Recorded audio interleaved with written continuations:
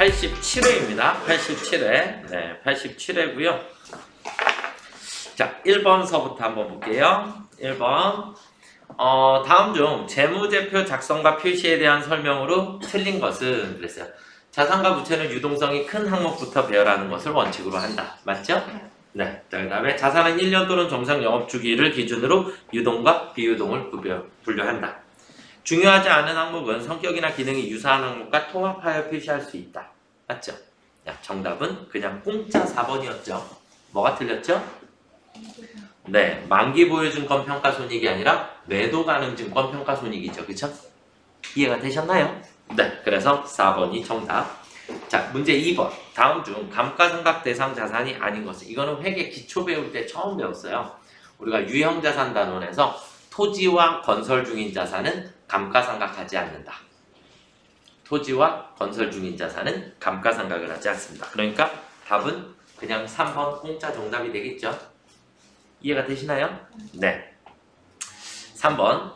우연에 단기 매매 목적으로 취득한 유가증권의 취득 및 처분 내역은 다음과 같다. 2021년 우연에 손익계산서에 보고된 유가증권의 평가손익은 얼마인가 그랬어요. 그럼 평가손익이란 얘기는 내가 처음에 20주를 취득을 했고 6주를 처분을 했으니까 14주가 남아있죠. 맞나요? 응, 14주가 남아있어. 14주가 남아있는데 이 14주는 내가 얼마씩에 취득했다고요? 15만원. 응, 15만원에. 이해가 되셨나요? 그런데 이 14주가 주당 얼마가 됐어요? 13만원이 됐으니까 2만원씩 떨어졌나요? 네. 맞죠? 네. 2만원씩의 마이너스가 생겼죠? 14주니까 28만원의 평가 손실이 생기면 되겠죠? 이해되시죠? 네. 자, 그 다음에 문제 4번이 완전 공짜 문제인데 엄청 많이들 틀려요.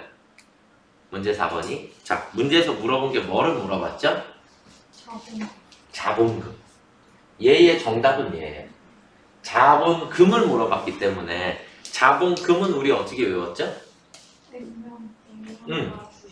발행주식수 곱하기 액면. 맞나요?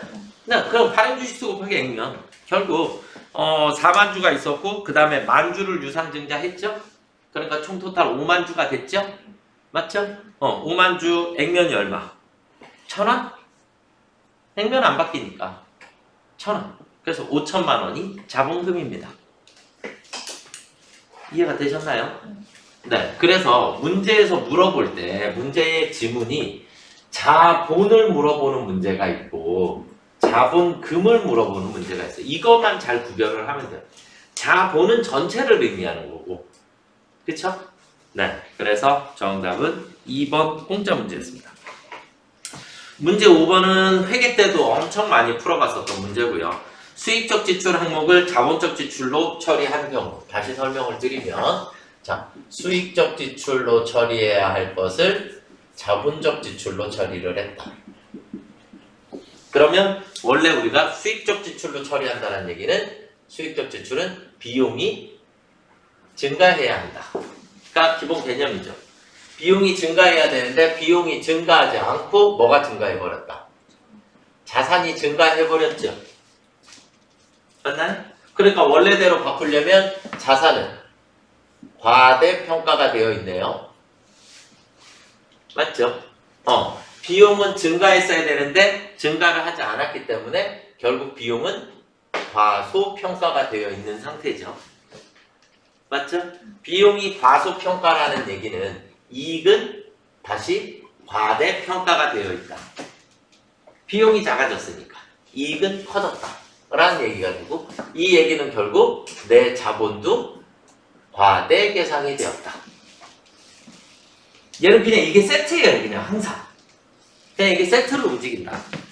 그래서 지금 보면 재무제표에 미치는 영향으로 틀린 것은 4번이네요. 자본이 과대계상, 과소계상이 아니라 자본이 과대계상되었다. 이해가 되시나요? 아시겠죠? 그 다음에 문제를 안 읽어도 얘는 그냥 우리가 쉽게 찾을 수 있는 게 당기순이익이 과대계상되면 나한테 득의 효과죠. 자산이 과대가 돼도 나의 득의 효과죠. 맞나요? 이해가 되셨나요? 그럼 자본이 과소된 건 실의 효과죠. 마이너스가 생기는. 그래서 그냥 4번이 정답이에요. 몰라도 정답. 문제를 이렇게 순리대로 풀지 않아도 그냥 보기만 보고도 우리가 답을 찾을 수 있는, 그렇게 보시면 되겠고요. 자, 문제 6번. 조업대의 증감에 관계없이 관련 범위 내에 총액이 항상 일정한 거, 고정비죠. 총액이 항상 일정한 거, 고정비. 고정비에는 감, 임, 보세 이렇게 네 가지가 있었죠. 맞나요? 네, 감, 임, 보세 네 가지가 있습니다. 그래서 임차료 정답. 이해가 되셨습니까? 네. 다음 자료를 이용하여 개별 원가 계산 방법으로 직접 노무 원가를 계산하면, 그런데 제조 간접비는 직접 노무 원가의 120%라 그랬죠. 그럼 제조 간접비가 120만 원인데 120%면 나누기 120% 해주면 100만 원이 노무비가 나오겠네요. 그냥 공짜. 이해가 되십니까? 자, 우리가 퍼센트 이렇게 계산하는 거예요. 원래 전체 값을 우리는 항상 100이라고 보죠. 맞나요? 전체 값을 100이라고 봅니다. 전체 값을 항상.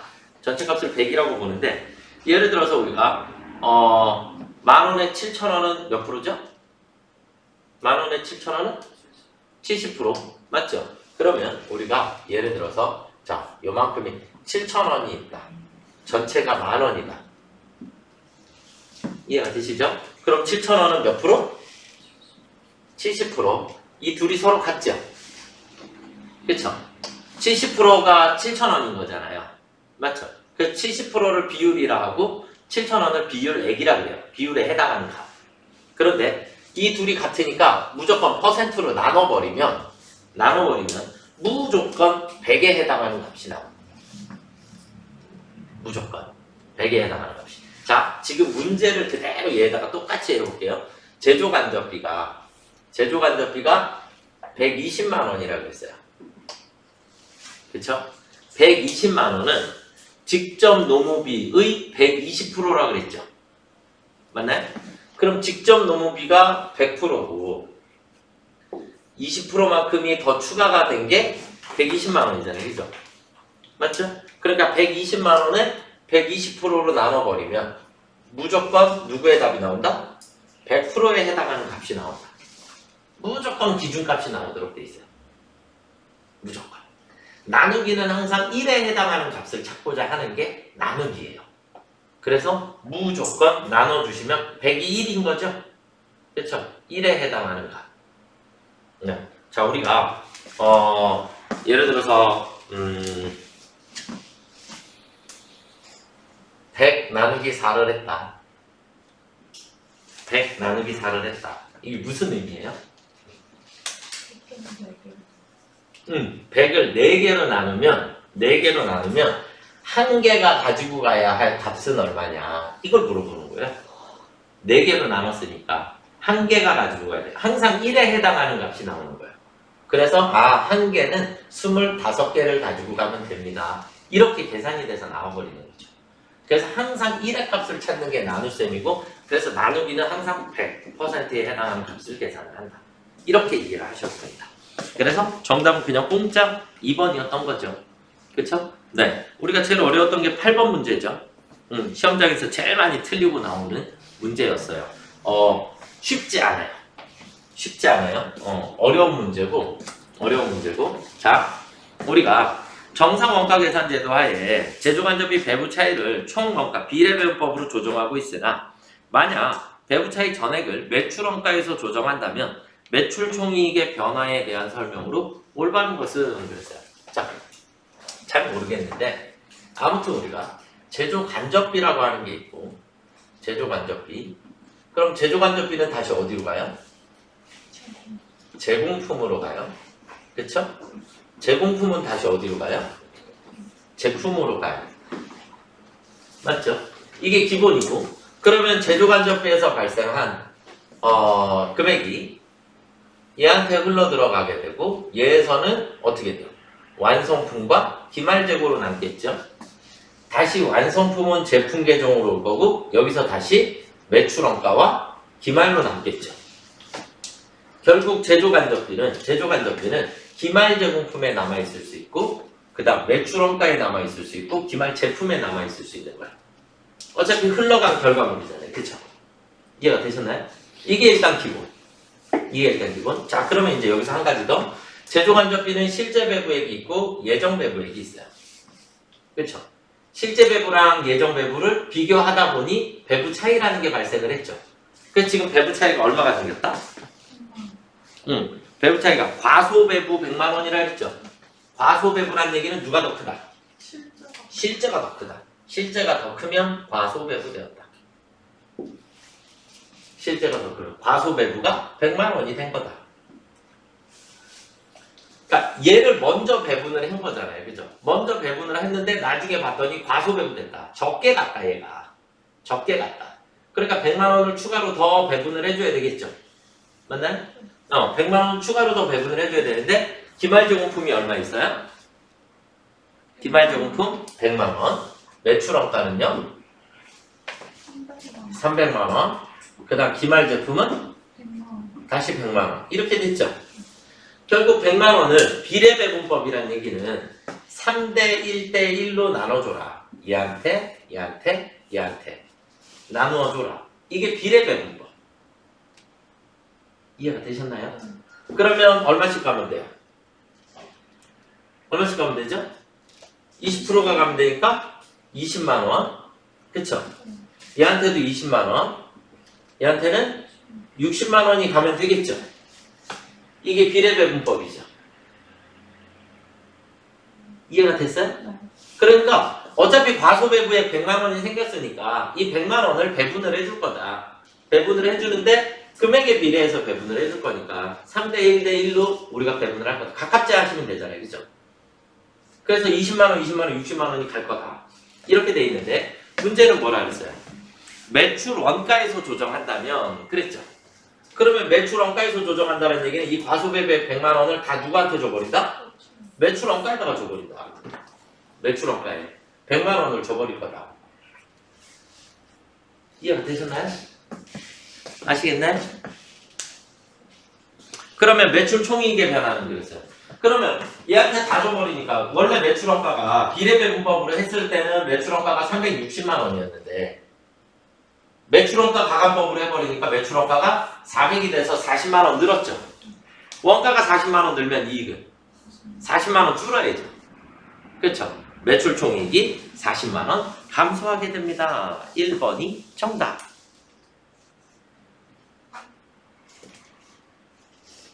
무슨 말인지 이해가 되셨습니까?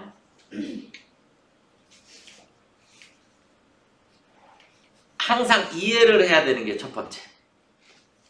그래서 우리가 배부 차이라는 게 발생을 하면 우리는 원래 비례배분법이다 라고 하는 걸로 처리를 한다 그랬으니까 비례배분법은 셋한테 나누어 준다. 셋한테 나누어 준다. 여기까지는 이해됐죠? 나누어 줬더니 그러면 매출원가가 360만 원이더라. 정상적으로 했을 때 매출원가가 360이 됐는데 만약에 얘를 비례배분법을 사용하지 않고 이 100만 원을 그냥 매출원가 가감법으로 하게 되면 매출원가가 400으로 늘더라. 이해가 됐나요?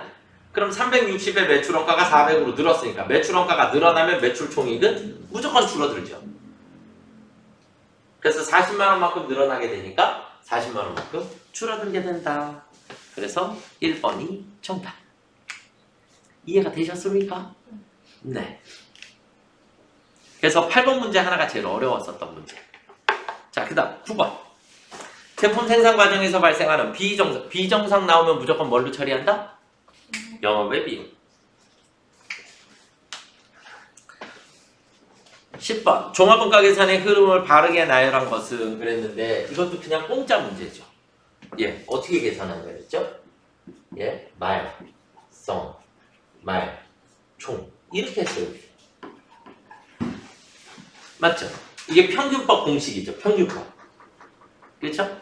그래서 평균법 공식. 그럼 이 평균법 공식 그대로 가면 돼요. 첫 번째는 말이 몇 개고 완성이 몇 개고 기말이 몇 개인지를 계산해야 되니까 수량 파악을 해야 돼요. 수량 파악.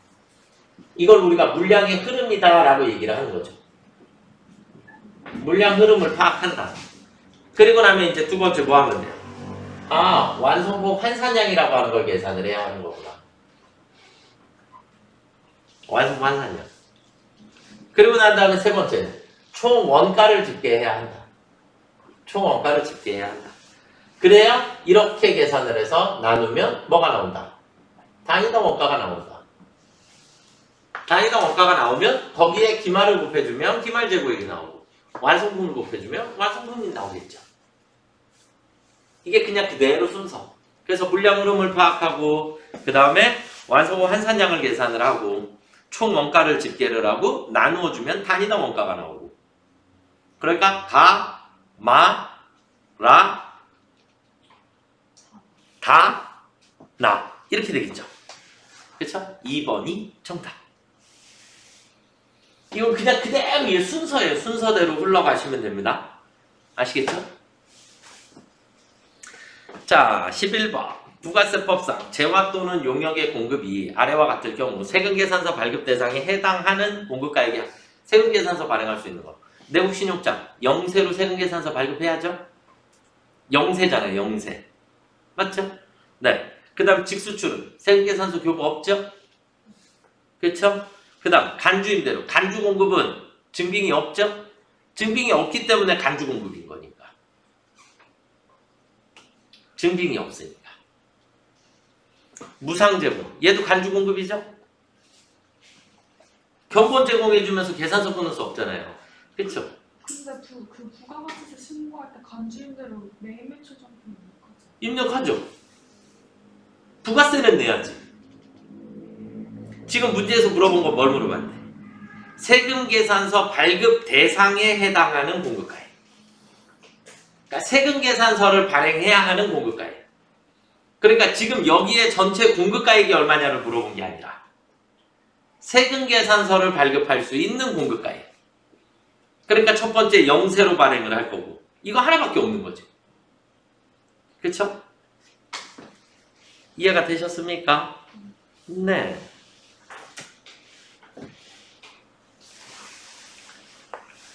그러니까 부가세가 과세되는 공급가액이라고 만약에 전체 공급가액을 물어봤으면 정답이 없죠. 왜냐하면 견본 무상제공만 부가세가 아예 과세되지 않아요. 그쵸? 그 다음에 직수출은 영세지만 공급가액에 들어가죠. 과세표준에는. 맞나요? 과세표준에 들어가요. 간주임대로의 과세표준 들어가고 영세도 과세표준 들어가고. 그러니까 과세표준은 위에 3개를 더한 게 과세표준인 거죠.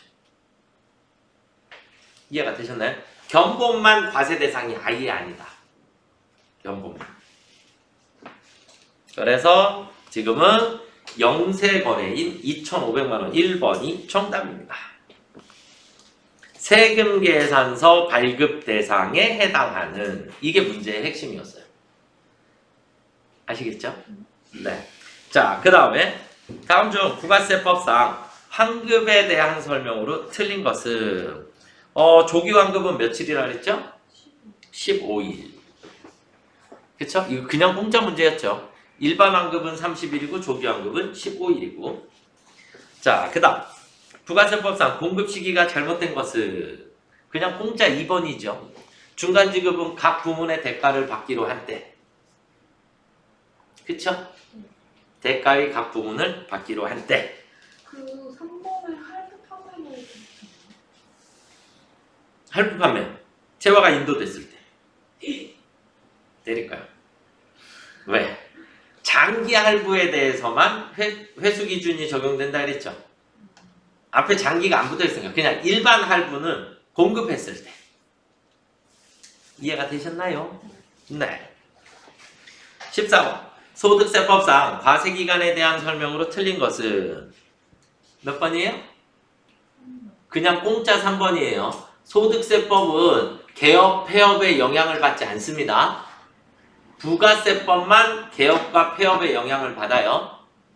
소득세법은 개업과 폐업에 영향을 받지 않는다. 그래서 공짜 3번이었습니다. 15번.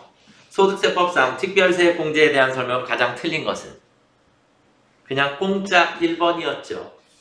의료비는 총 급여액의 3%를 초과하는 경우에만 적용받을 수 있습니다. 아시겠죠? 네, 외우셔야 합니다. 4번은 무슨 4번은 표준공제. 다른 공제를 받지 않으면 표준공제로 13만 원의 표준공제를 적용을 해주게 됩니다.